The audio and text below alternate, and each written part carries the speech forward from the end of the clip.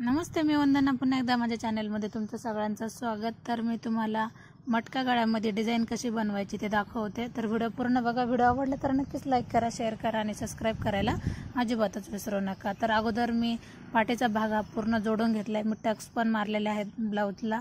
आणि आता आपण दोन लांबी रुंदी दोन दोनचे असे चौकोन काढून घ्यायचेत. हे साडीचा कपडा होता, वेगळा कलर गुलाबी कलरची साडी होती आणि मी असे अनेक करून घेतलेत. जेवढे आपल्याला लागतात तेवढे आपण अंदाजे करून घ्यायचेत. आपल्याला त्रिकोण झाल्याच्या नंतर आपल्याला ते व्यवस्थित बसवायचेत, जे करून फिनिशिंग व्यवस्थित येईल. तर एक मी तुम्हाला अगोदर बनवून दाखवले आणि एकावर एक ठेवून आपल्याला त्याची फिटिंग करायची. तर एकसारखंच आपल्याला टोक आपल्याला पाहायचं आहे का मागं पुढं होत नाही ना, याची काळजी घ्यायची. आणि एकसारखी फिनिशिंग आपल्याला शिवताना द्यायची. आता गळ्याला मी दाब शिलाई वगैरे काहीच दिलेले नाही, कारण आपल्याला याला गोट घ्यायचं आहे. तर लावताना दोन्ही पण फिनिशिंग आपल्याला नीट लक्षात घ्यायची. पुढं पण जास्त कापड जाता कामा नये आणि पाठीमागं पण जास्त राहता कामा नये, याची आपल्याला काळजी घ्यायची. आणि आपला जसा मटका गळा आहे त्यानुसारच आपल्याला आकार द्यायचा आहे व्यवस्थित.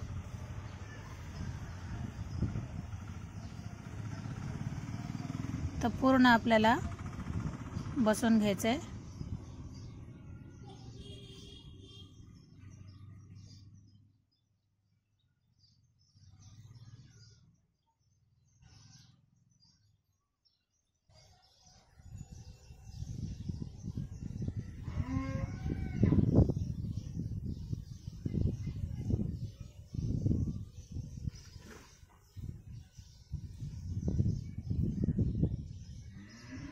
आता याच्यामध्ये कमी जास्त काहीच व्हायला नको आहे. जसं आपण पूर्ण याला राऊंड दिला त्यानुसारच आपल्याला बसवायचं आहे. तर थोडंसं अर्धा इंच जास्त उरते तर तिथं मी थोडंसं लावते, कारण आपल्याला शोल्डरमध्ये पण कापड जास्त गुंतवण्यात जातं, म्हणजे अर्धा इंच तरी.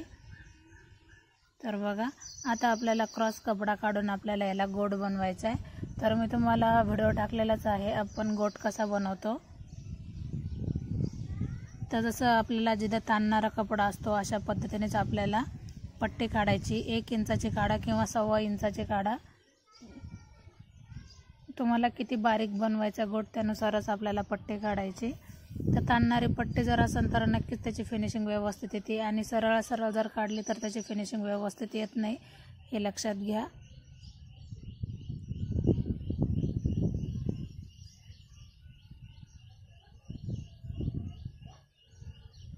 आता जेवढा आपल्याला गळ्याला कपडा लागतो त्यानुसारच आपण कापड घ्यायचे.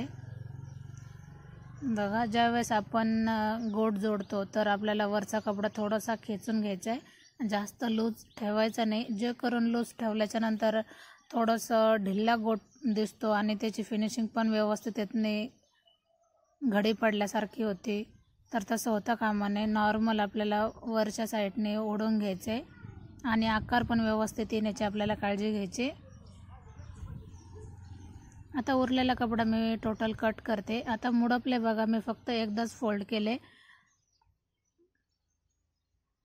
आता डाव्या हाताची बाजू मी पूर्ण आतमध्ये घातली आणि त्याच्यानंतर मी गोटचा कपडा त्याच्यावरून ठेवलाय. नीट लक्षात घ्या, म्हणजे ते व्यवस्थित फिनिशिंगला येऊन जाते. एकदम दमाने व्हिडिओ आहे, सविस्तर आहे. तुम्ही व्यवस्थित पाहिल्याच्या नंतर तुम्हाला पण ब्लाऊज शिवायला नक्कीच जमेल.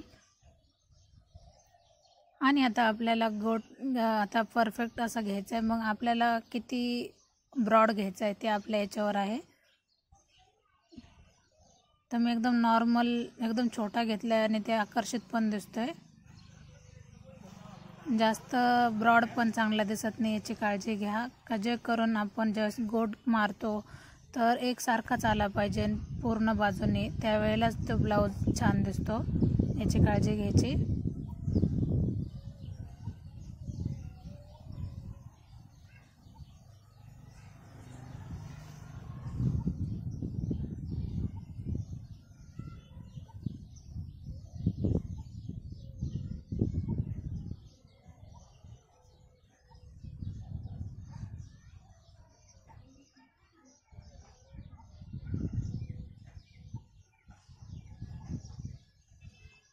बघा, आणि उरलेला थोडासा धागा होता मी तो कट केला आहे. तर जास्त हा मटका गळा पण नाही आहे, थोडासा गोल, जास्त कस्टमरला मटका गळा पण नव्हता लागत, गोलमध्येच लागत होता, पण थोडासा आकार लागत होता मटक्या गळ्यासारखा. तर मी एकदम नॉर्मल आकार दिला आहे त्याला. आता आपण शोसाठी मणी बसवणार आहोत. तर 4 पदरे धागा घ्या किंवा 2 पदरे घ्या तरी पण चालते.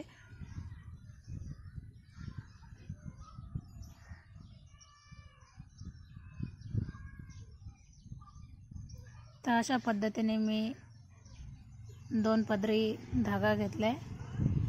आपण 4 पदरी घेतलं तरी चालते, कारण एकदाच मणी जर घातल्याच्या नंतर फिट करून घ्यायचं आहे 4 पदरावर, कारण आपल्याला डबल टाईम होत नाही. आता मी डबलच धागा घेतल्यामुळे मला 2-3 वेळेला त्याला फिटिंग करावं लागली आणि लगेच आपल्याला पाठीमागून एकदा फिट करून घ्यायचं आहे, म्हणजे मणी निसटणार नाही. अशा पद्धतीने गोल राऊंड पूर्ण जेवढे आहेत आपले त्रिकोण सगळ्याला मणी लावून घ्यायचेत. मणी निसटता कामा नये, आपल्याला काळजी घ्यायची.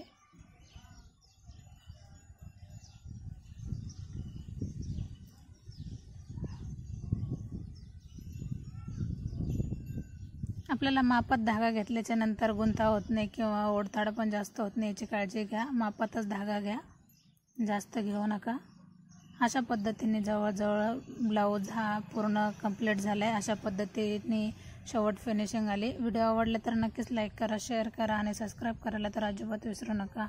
नक्की तुम्ही फुल व्हिडिओ पाहत जा, म्हणजे तुम्हाला माझी फिनिशिंग नक्कीच कळेल. तर नमस्ते.